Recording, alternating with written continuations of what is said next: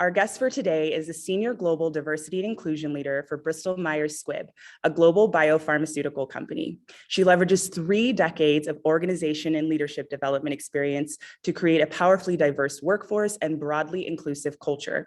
She's introduced a groundbreaking employee research group model, a grassroots culture change movement built on the science of inclusion, and several accelerated leadership development programs. Please join me in welcoming Linda Leonard. Linda, it's great to have you here today. It's great to be here. Thank you. Yeah. And our leader for today's discussion, you know him very well, an Aussie turned New Yorker who coined the term NeuroLeadership when he co-founded Nli over 2 decades ago. With a professional doctorate, 4 successful books under his name, and a multitude of bylines ranging from Harvard Business Review, Wall Street Journal, the New York Times, and many more, a warm welcome as I pass the virtual mic over to our co-founder and CEO of the NeuroLeadership Institute, Dr. David Rock. Off to you, David. Thank you, Shelby. Great to be here with you.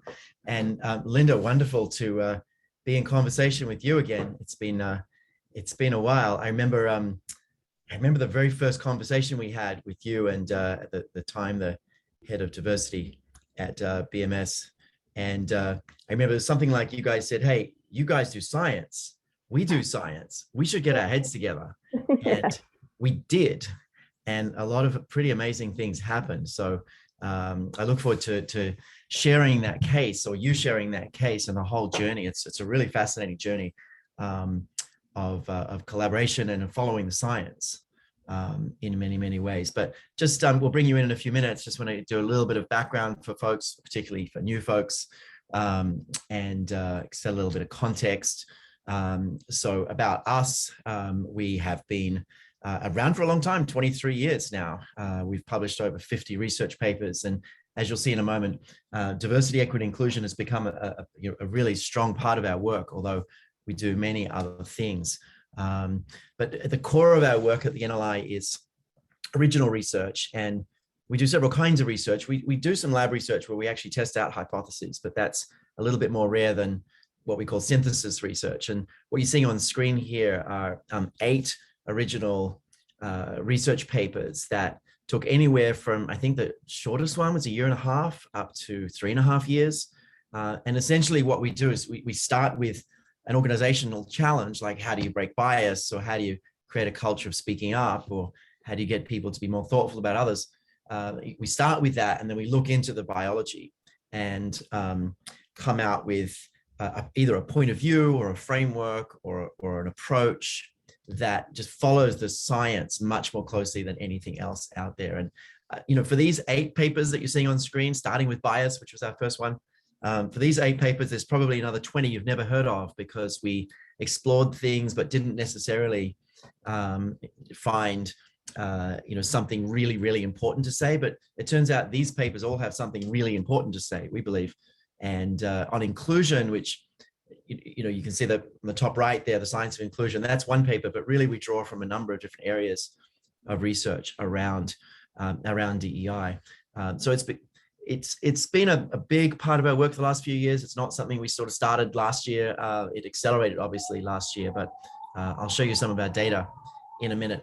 Let's just spend a couple of minutes on a different way of thinking about why inclusion matters. And particularly from a biological perspective, kind of what's the case for inclusion. I'm sure you've seen lots of outcome studies from McKinsey and the other big firms, the other big consulting firms, kind of showing you that inclusion is really great. Those studies are really helpful in terms of kind of getting people to see it's valuable. But we're interested in the mechanisms of why it's important. There's a couple of things to understand about it. The first thing is that the opposite of inclusion, or exclusion, shows up in dozens and dozens of studies as being really harmful to people's performance. And that's kind of in some ways, the least important point. It's not just harmful to their performance, it's harmful to their well-being, to their sense of purpose, to their just the way they are in the world. So when people feel excluded, they kind of shrink back into a much smaller version of themselves. It's not just that they're less creative and less, opportunistic and less good at collaboration and less good at, client work. All those things are true. They literally become more of an more or become more in an avoidance state or an away state, more risk averse. And so what's actually happening, and these 6 points, by the way, are a summary you can see on screen here. These are a summary of many, many different studies. Reduced intelligent thought, increased self-defeating behavior, reduced pro-social behavior, impaired self-regulation, reduced meaning and purpose, decreased well-being.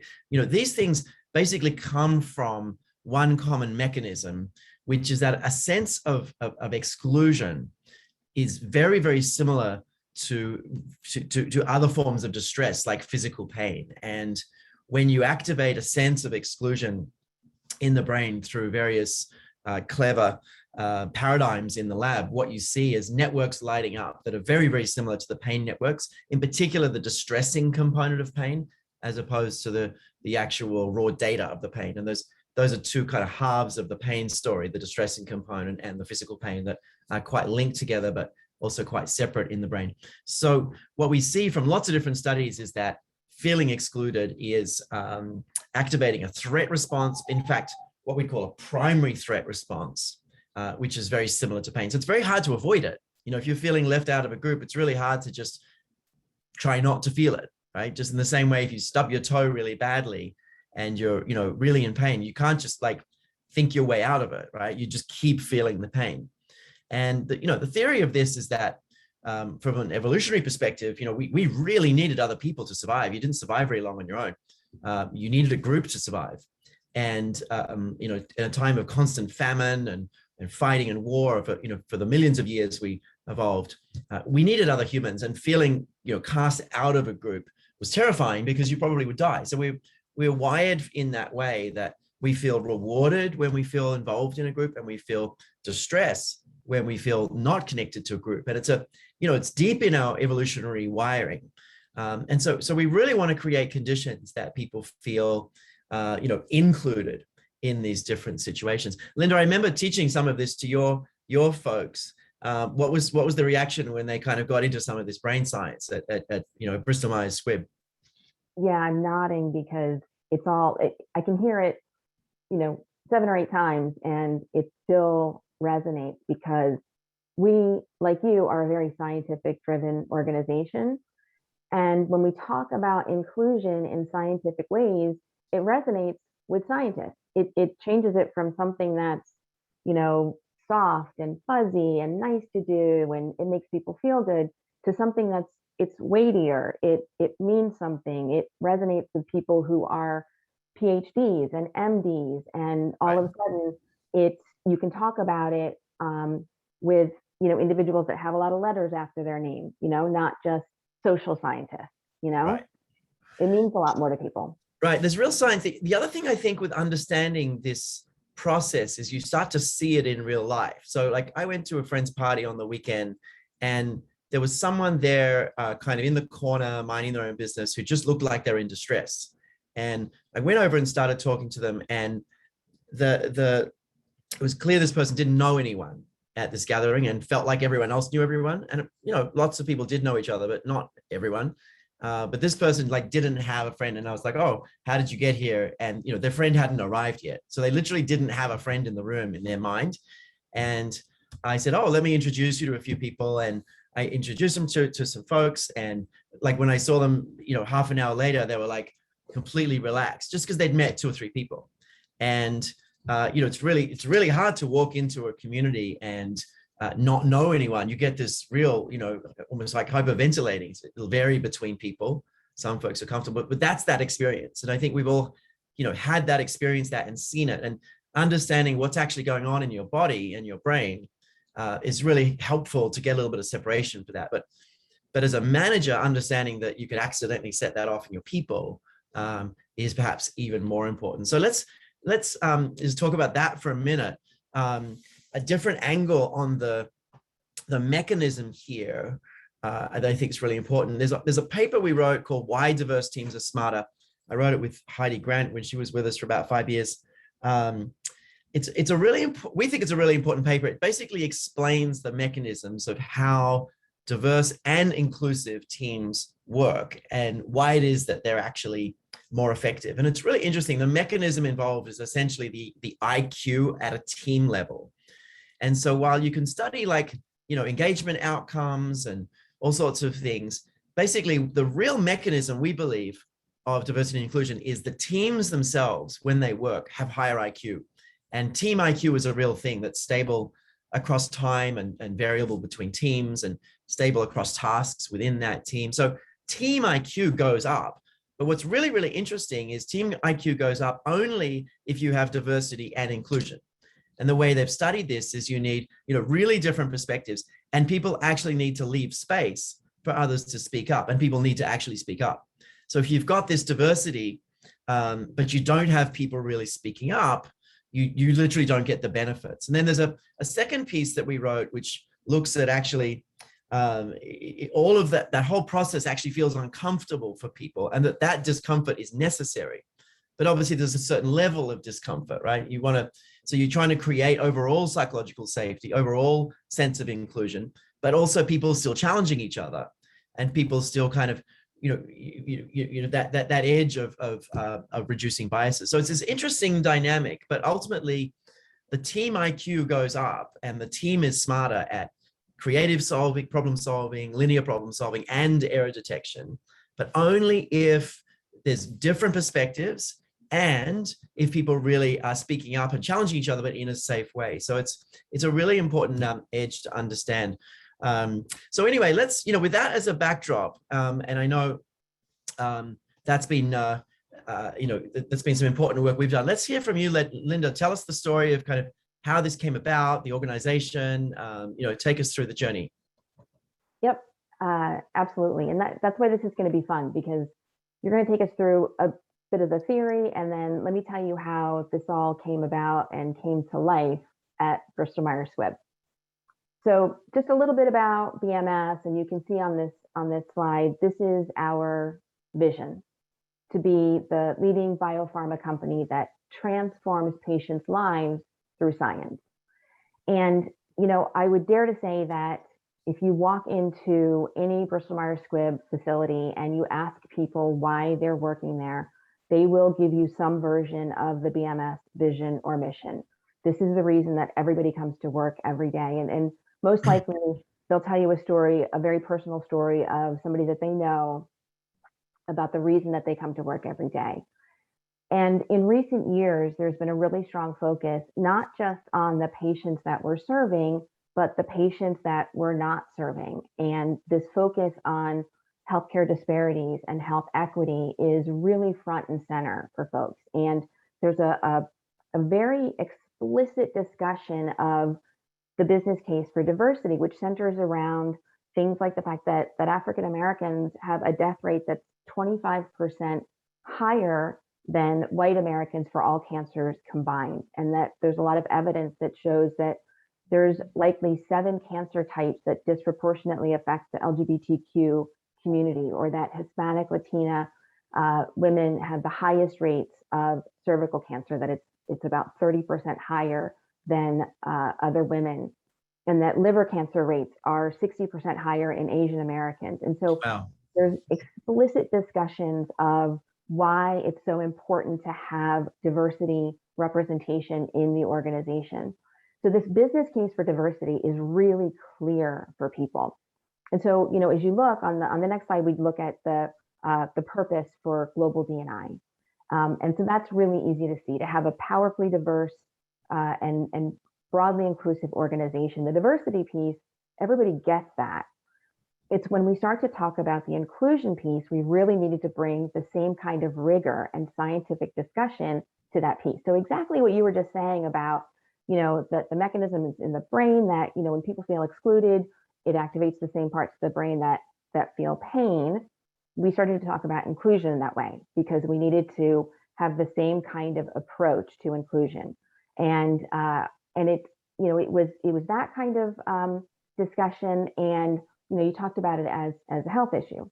So as a healthcare company, you don't want to be the manager that is doing things to make your employee feel excluded if it's going to have health impact. And so, we even started to talk about the fact that in an extended way, if you are consistently feeling excluded, it has physiological impact. Your heart races and your palms sweat, and there's cardiovascular implications. And in the long term, it's the same impact as sleep deprivation. Right. It's jacking up parts of your brain that are hardwired for decision making and focus, and therefore you're not performing as well. And so that kind of discussion makes perfect sense for an organization full of scientists and physicians. And Right. and then you get to, all right, well, it's the magic combination of diversity plus inclusion that allows you to achieve the business outcomes that we want, which for us is to reach more patients. Right. And Linda, it's really interesting hearing you frame it that way. Just in the context of framing, a lot of folks know us at NLI with some of these, really kind of catchy solutions that we've built over the years. Like, we started with Connect, which is about quality conversations, and Decide around breaking bias. And we launched Include a few years ago. That's gone out really, really widely.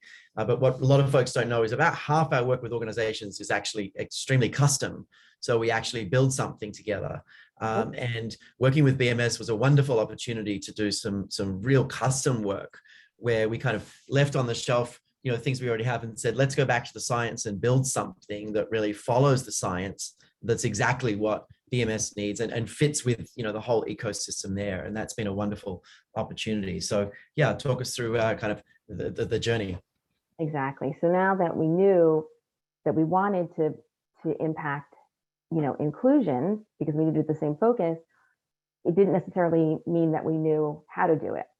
So, falling back on this incredible model that you had around priorities, habits, and systems, that's exactly what we did. And then it got to the point where we needed to identify what are the right habits for BMS. So the right habits at the right time with clear tactical actions was what was most important for us. And obviously having the scientific rigor behind it. And so we took that exact approach. So it was kind of, we called it, our approach by the numbers. And you can see on the next slide some of the rigor behind identifying the right habits for us. We talked to an awful lot of people around the entire organization. We did a number of interviews to make sure that the platform was going to really resonate.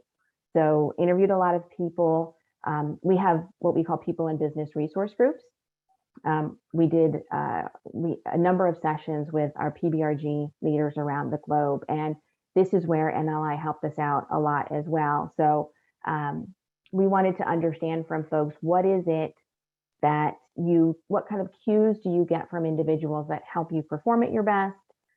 We collected hundreds of those. And then that's where we really wanted to go back to the science. And these number of scholarly curated articles with world-renowned scientists from NLI that we brought together and culled them down into 3 habits, and then supported them with a number of actions that we beta tested to make sure that they were going to work within our organization. And as I hear you ringing in my ear over and over again, you've got to get it down to 3. If you give people more than 3 things to do, they won't do anything. I repeat this over and over. And so we were able to get it to 3 habits for Bristol Myers Squibb. And those are the 3 habits that you see here: encourage every voice, explore new ideas, and eliminate barriers. And this is where, a scientific organization is always going to want to see the proof and understand the science behind it. And I'll give you just one example of some of the science behind one of these actions or one of these habits, explore new ideas. On the next slide, you can see what is it underneath explore new ideas. And it's to really get the benefit of innovation underneath this, we needed to help managers and colleagues build psychological safety to create the conditions for innovation. And the science behind that says that, rejection, fear of evaluation, unfair treatment activates the region of the brain that's the same as physical pain, which is exactly what we've just been talking about. And there's scholarly articles that are footnoted on a lot of our habit cards, so that if folks in our research and development organization want to look up the scientific articles that this is based on, they can certainly do that. And believe me, they do. And we encourage that. And so what's nice about this is there's a lot of certainly research behind it, but also flexibility as well. And then finally, I'll share on the next slide. We certainly measured it, so it validates a lot of the research that you provide in the framework, which says, when our leaders made this a priority and indicated it, our employees felt that it was more important as well. And the habit adoption works when we all practice the habits at the same time. We certainly saw the adoption rates increase dramatically. And now we see this become part of a sustainable way of building this into the organization. At the end of 2019, this became one of our core values, and it's now part of our manager objectives. And it's a really flexible way to incorporate these habits into the way that we do business. We can incorporate this into the rest of our conversation, but on the next slide, this is something that has not become a mandate, but a movement. This is something that is a grassroots movement. We've got over 1,000 ambassadors across the globe, and now with your help, we've really trained some individuals in the organization, certified them in the science of inclusion, and they continue to evolve. As we went virtual, now we've got some actions under our habits that help practice these habits in a virtual environment. Now that we're coming back to the workplace, practicing in the hybrid environment, but always going back in partnership with NLI to make sure that we are, helping our leaders understand the science behind all of these habits and actions, because that's what works for BMS. Linda, let's walk people through kind of in a slightly concrete way, kind of the framework, but more importantly, like how it was introduced to the organization. Let's give some examples, because I know BMS is quite complicated. You're in many countries. You're 50,000 plus people, many cultures. It's a big organization, and I mean, in terms of the framework, what we built was a really, I think, elegant architecture with these 3 main habits at the top, and then underneath each one you had 3 specific actions to take, and then underneath that you had the science of each one. So it was this really beautiful kind of ecosystem of habits and actions and research, and we're doing that more and more, kind of building these whole ecosystems. But putting the ecosystem aside, how did people learn about it? What were some of the ways that this was taught to folks? Yeah, so I think that the structure is really important. So the 3 habits, they live in perpetuity, and then there's actions underneath each of those to help people kind of build the muscle of that habit. But to get the message out there, one of the things that we did that we still use today is a series of podcasts and blogs to really bring it to life. So I remember you joined us on site. This is before COVID. Came in and recorded a series of podcasts with some senior leaders to talk about, how does this habit come to life? What does it mean? So our CHRO, our CSO at the time, our chief legal counsel, talked about what happens if we don't encourage every voice, and what happens when we do, and how do you practice this? And then that was followed up by some blogs that your scientists wrote for us. Nice, short, easy to listen to, easy to read. We put them out on our SharePoint site, and then these ambassadors took them, distributed them, and then also what's great about the ambassadors, what's great about the grassroots movement is, it's out there and it's in the role modeling and the reminding people to practice these habits on a daily basis, that all of this comes to life. Makes it super easy and in the moment, rather than trying to do this informal training. And our senior leaders have given folks permission to remind them in the moment. So if you forget to start a meeting by aligning on a shared goal, you have full permission to remind the senior leader in a room, like, oh, hey, you know what? Let's just align on what is the shared goal for this meeting, because we know that that'll encourage every voice. It'll encourage perspective taking in this meeting. So let's go ahead and do that. Right. No, that's nice. You just reminded me, I almost forgot. We created this wonderful series of podcasts as well, where we, some of our scientists, some of your people, and we wove together a little podcast for each habit and some of the work under it. So people had these tools, and then we did written versions of them as blogs. So you had this whole world of content.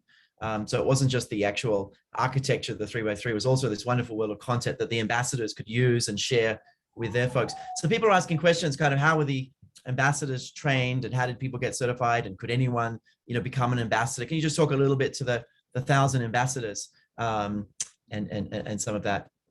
Sure. So the ambassadors, that's open to everybody. In fact, it's open to BMS employees as well as contingent workers. So one of the things that's really important in our people strategy that we launched a few years ago is a recognition that to truly be inclusive, we need to acknowledge that there is a mixed workforce. We have employees and we have contingent workers. So we don't use the word employee, we use workforce and people and individuals. So our ambassadors are made up of employees and contingent workers that, jump on board to be empowered to create the kind of culture that they want to work in. Anybody can sign up, anybody can become an ambassador. We have ambassador leads that are responsible for meeting with their group of ambassadors that are typically part of the same site, the same region.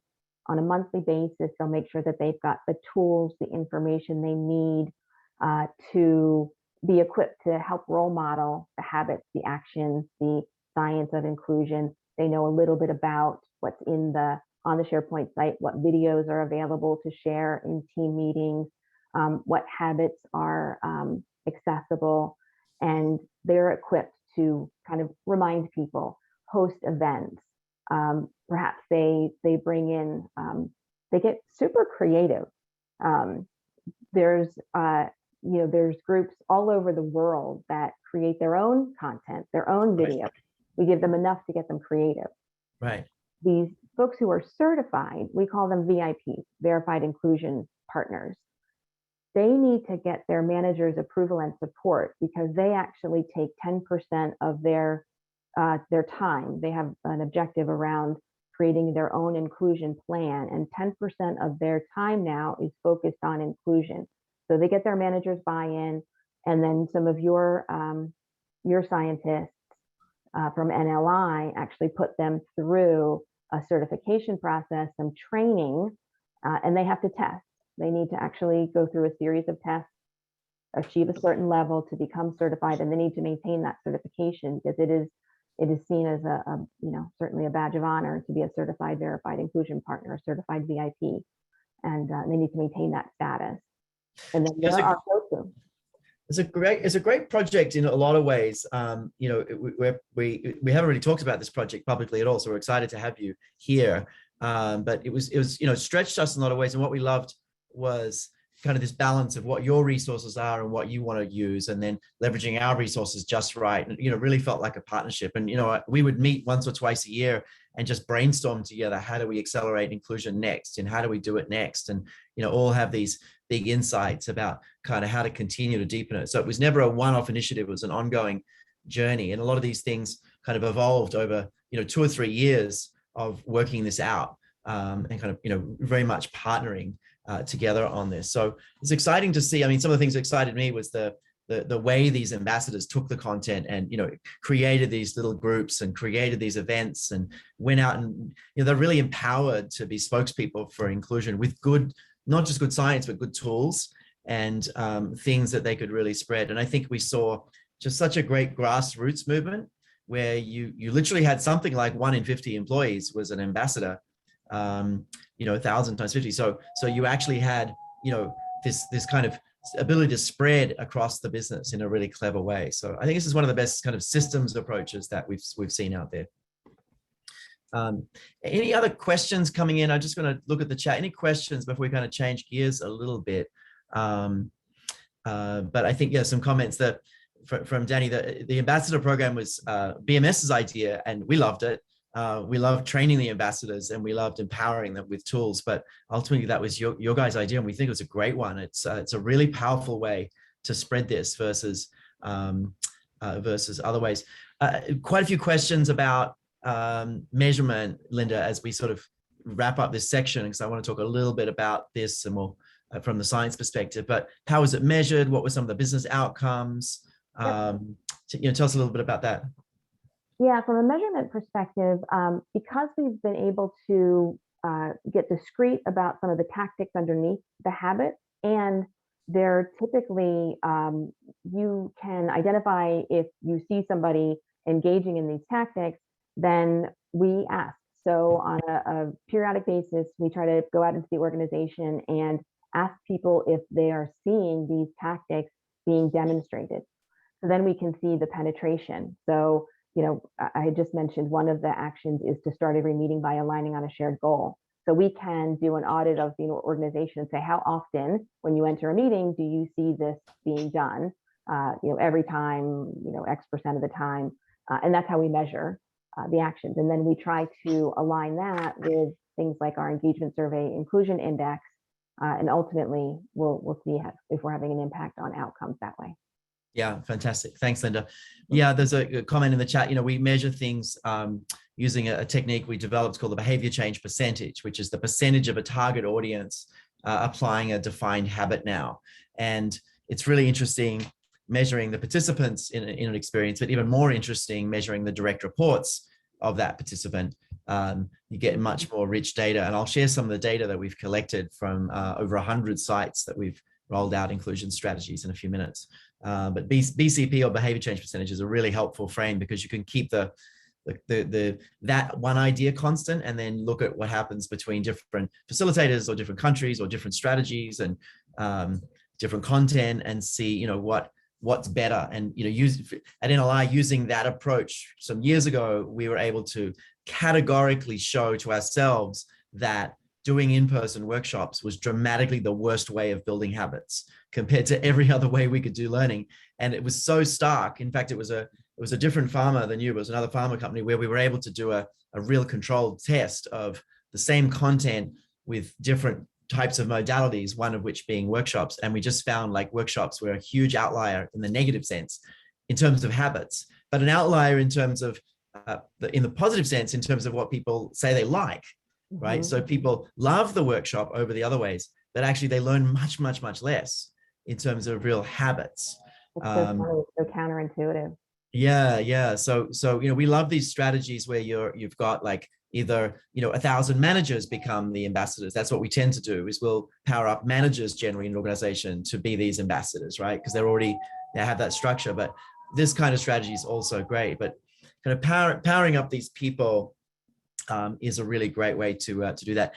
Someone's asking about the specific habits, the breakdown. We're not sharing those publicly. Those were proprietary to BMS. They took nearly 2 years to develop as well. So that whole architecture we're not sharing publicly. It's proprietary, but it lives. I'll go back to the framework and give you sort of a sense of it.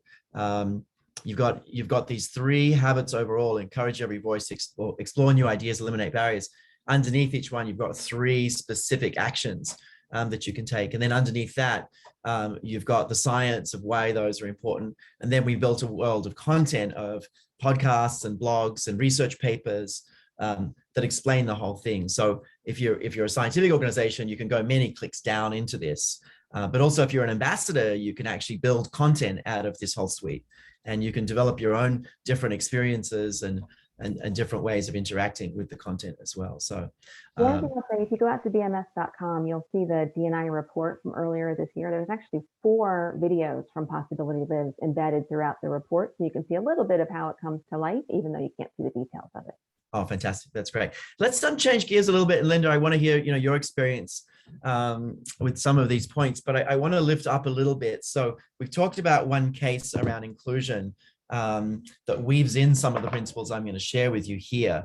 But, as I look at the increased attention on inclusion out there in the world, and there is a lot more attention on inclusion, firstly from the racial crisis we've had in the last year, now with just companies trying to hold on to employees with the Great Resignation, there's increasing emphasis on inclusion, and we see companies getting this wrong.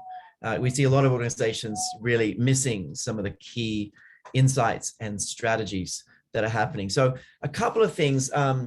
The first thing that's really important, and we covered this in 2 different papers, in a paper called The Science of Inclusion, and then later a paper called Take the Focus Off Difference. And what we see is that a lot of inclusion strategies end up being about particular audiences. Like, we're going to try and address, this particular gender, obviously, female gender, we're going to address this race, we're going to address this particular audience or subset. And we think that while that, does feel good in one way, and it's perfectly logical and may feel incredibly, positive in a number of ways, it has some unintended consequences. And in some ways, the audience you're trying to help feel kind of called out, and other audiences feel like left behind. And it starts to create this kind of difference mentality. And it's this really weird thing with inclusion that we see a lot of companies trying to do inclusion and accidentally create exclusion, in that they're sort of isolating a particular audience or few audiences, and then others, feel excluded, or they focus on differences between people. Whereas inclusion is actually about focusing on similarities. Inclusion is about, finding common ground, as opposed to focusing on how we're different. Now, the research on this is a little complex because the ideal team, for example, has a lot of differences, and those differences are celebrated, but within the context of a very strong superordinate goal or a very strong overarching goal. So you've got to have a lot of kind of commonality, you've got to have a lot of shared goals, and then differences can work. But if you're just focusing on difference and focusing on kind of isolating particular groups, you end up with some challenges. So the cliff note on all that is, one of our mantras is inclusion is for everyone. It's something that everyone does with everyone.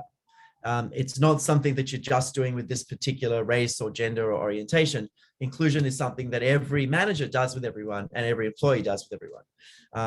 And that way you're not isolating individuals, and you're doing it really differently. So that's one thing that we see a lot of companies get wrong.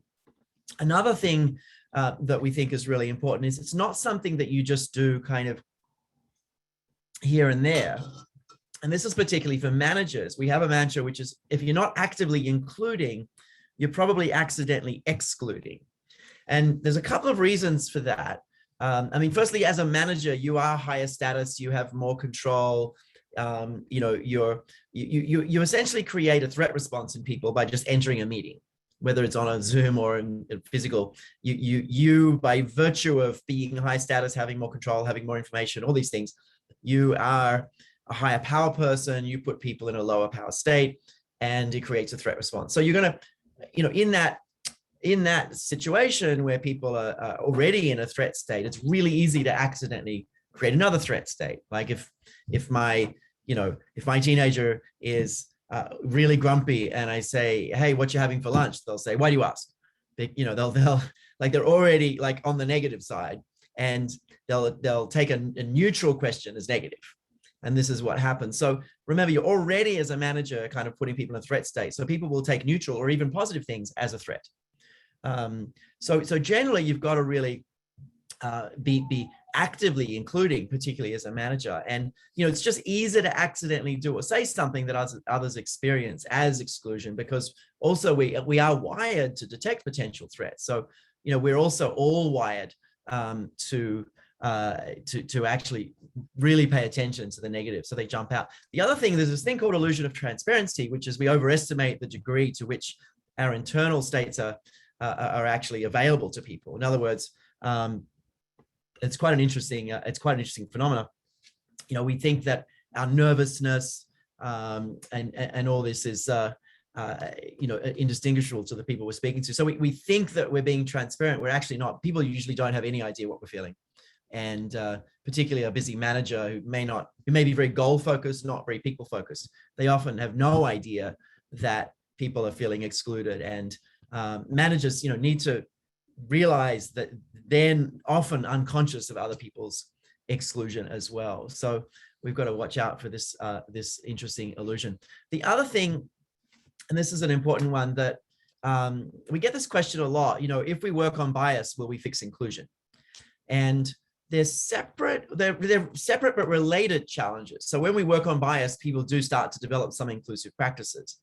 But bias gets in the way of decision making, and of course, you can accidentally set up poor processes that hire incorrectly and other things. But bias is essentially about decision making, whereas inclusion is much more about the social fabric and how people work together. Or another way of thinking about this is,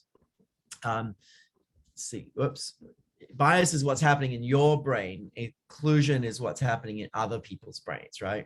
So, bias is about kind of how you're processing the world, but inclusion is about, how other people are feeling, how other people are doing, and kind of really putting yourself out, out over there. So, we've done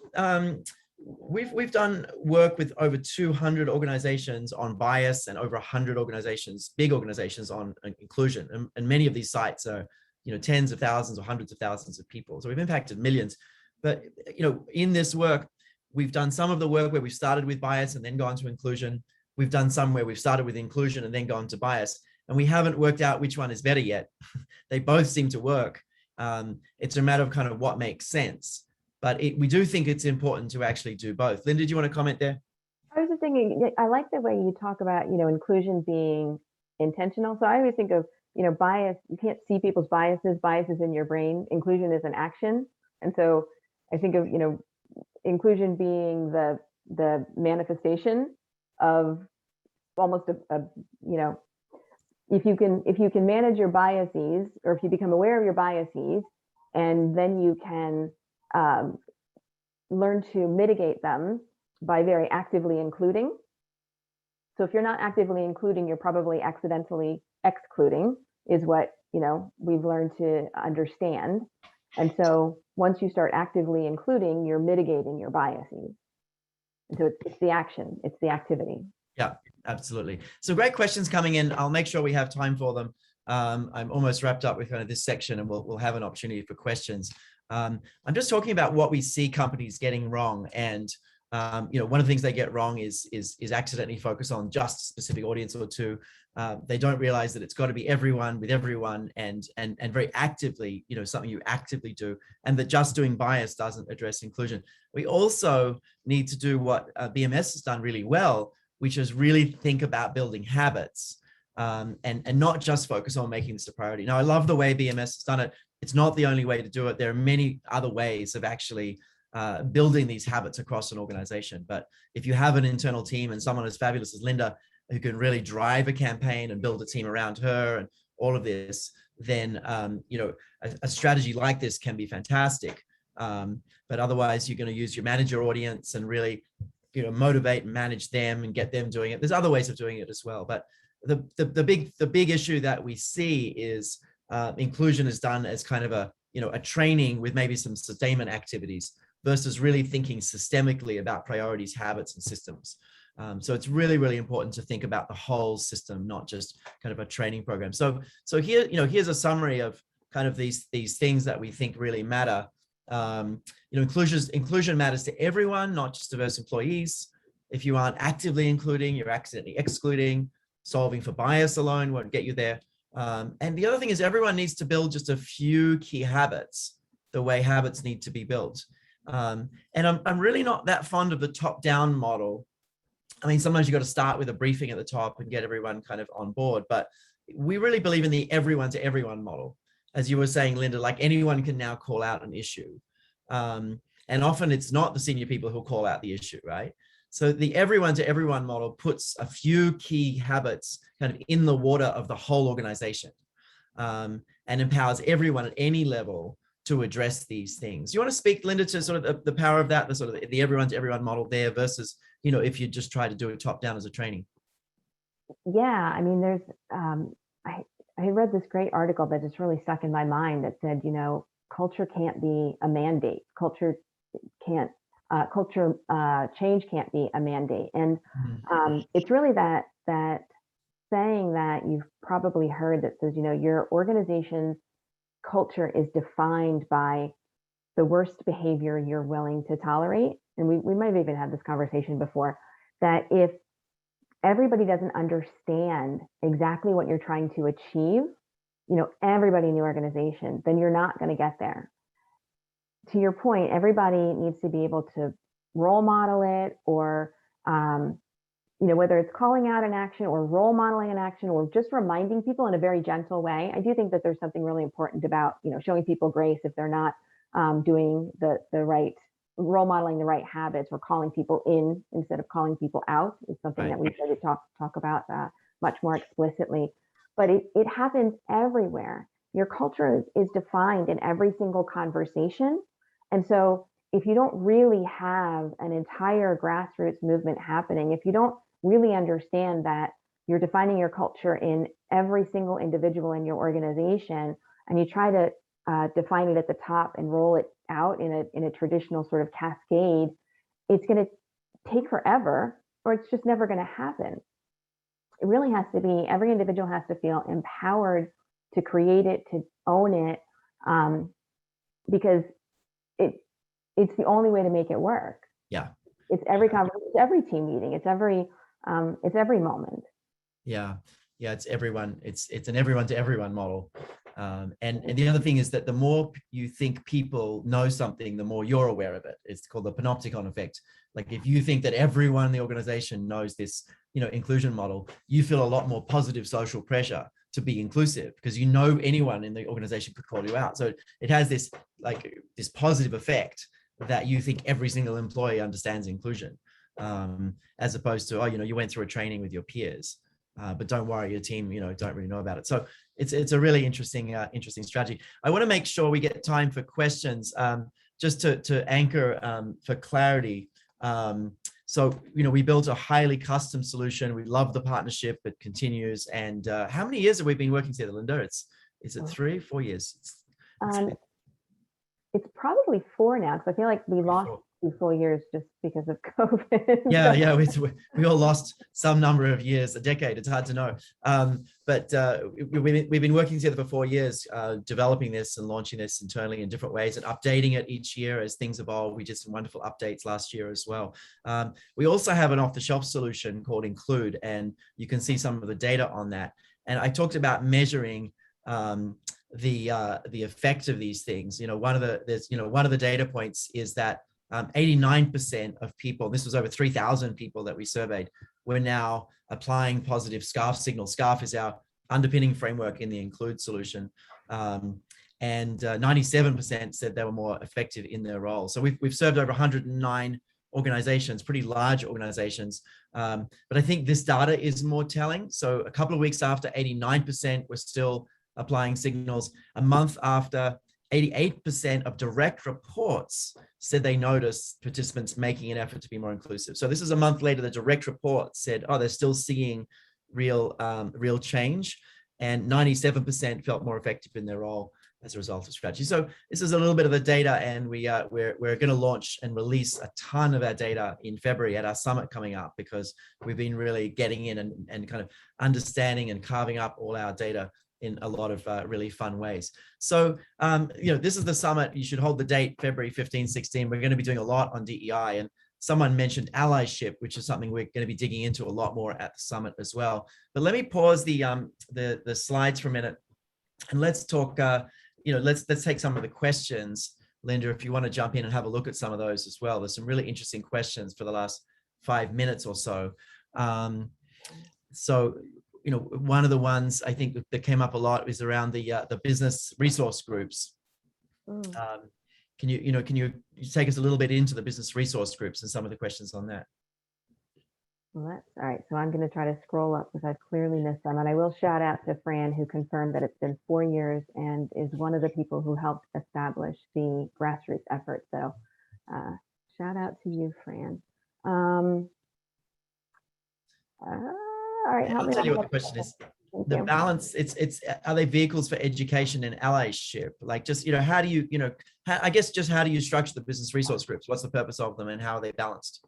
So let me tell you, so 2 minutes on, 90 seconds on, we have a relatively unique, actually a very unique model for our people and business resource groups, because we have full-time leads for our group. So each group has a full-time lead who is solely responsible for managing the group, establishing a business plan, and running them as if they were really a business unit.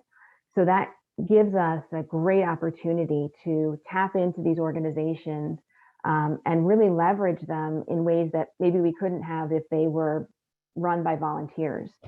And so that's one of the reasons that we were able to really run with this in a way that maybe we couldn't have otherwise, but also tap into the groups to understand even things like the Great Resignation, which you brought up as something that organizations are really concerned about. But when we come to allyship, this group, we have 8 PBRGs, and therefore we have 8 full-time leaders who focus exclusively on these groups, which means that we have 8 really dedicated senior leaders who are informed, empowered, and allies to one another. So when something happens in one identity organization, all of these individuals and groups rally and are incredibly visible, informed, empowered allies for one another. And it's created a bit of a situation where we're all in this together. In fact, and thank you, Matt, for putting the link to the D&I report into the chat. You'll see that the title of the D&I report is In This Together. And we understand that allyship is more than support. It's a powerful way to build empathy, build alignment, and understand that we are not going to be successful unless we are all successful and able to fully contribute to the organization and build safety and empowerment across the board. Yeah, no, that's great. Thanks, Linda. And there's a couple other questions if you want to scroll up. Someone's asking about the effect I mentioned before. So this the panopticon effect.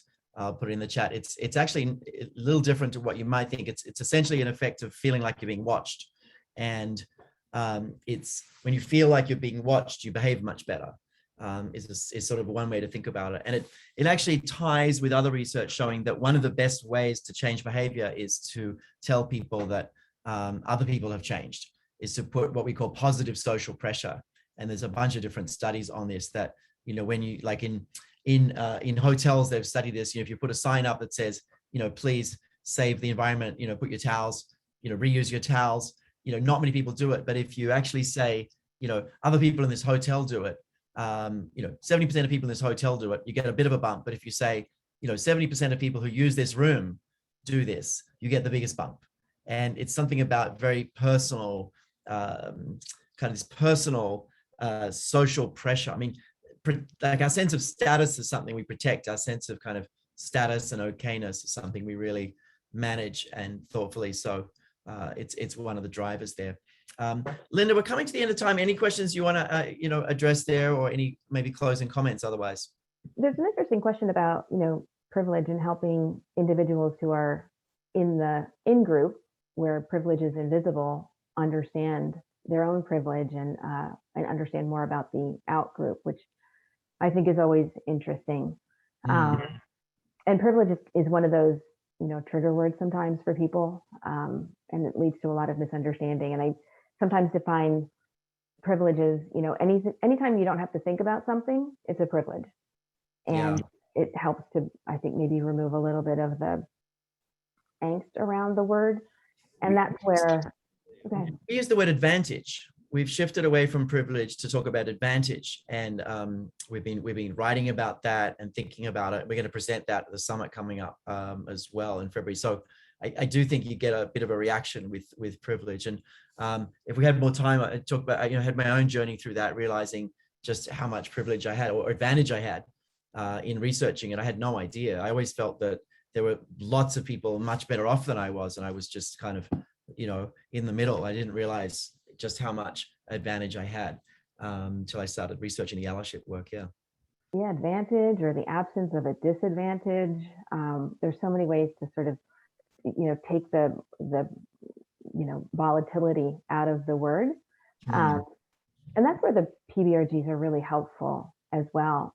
And storytelling, which is not something new, but is something that has become incredibly powerful more and more. Right. And I saw something at some point flip through the chat around, we're inundated with D&I, but I think we're inundated with stories of other people on the news or in the paper. When you start to hear the stories of your own colleagues and coworkers and people that maybe you've known for years and years in the workplace in a particular way, we have historically been incredibly buttoned up in the workplace. And over the last 20 months, when we've started to see people's homes through Zoom. And we've started to be a little bit more comfortable sharing personal aspects of our life through stories in the workplace. The news stories have become more real. Right. And people have shared their own privilege or their own vulnerable stories. Yeah. I think that makes a huge difference. And that the humanity, we're bringing the humanity back in. And I'm sorry to cut off your humanity, Linda. I'm just watching the time. We do need to wrap up. But as it gets more real and closer to home, and we see, people struggling in their homes and in their, everywhere else, it's incredible. We had actually one of our most popular posts recently was on storytelling. And it's a time we've all got to get better at that. Linda, I so appreciate, speaking of stories, thank you so much for sharing your story. It's been a story that's kind of overdue to be told. It's a really great case study in how to think systemically about inclusion. And we've really appreciated the partnership. It's been wonderful to work with scientists and develop a really scientific approach to inclusion. Thank you for your time today. This has been great. No, thank you so much. And I look forward to continuing the research and measurement and everything with the project going forward. So feel free to jump off. We've got a couple of quick announcements. Thanks so much, Linda. And for everyone else, stay on for 30 seconds. We've got a poll coming up that you can click on that tells you, tells us how to follow up with you.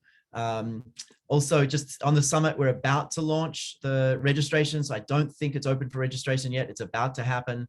And so watch your email. I think it's coming out in about a week. We're just putting some finishing touches on that, but hold the date, February 15 to 16. It's going to be our best yet, and lots of exciting topics. So thanks very much, everyone, for being here. Shelby, back to you for some announcements.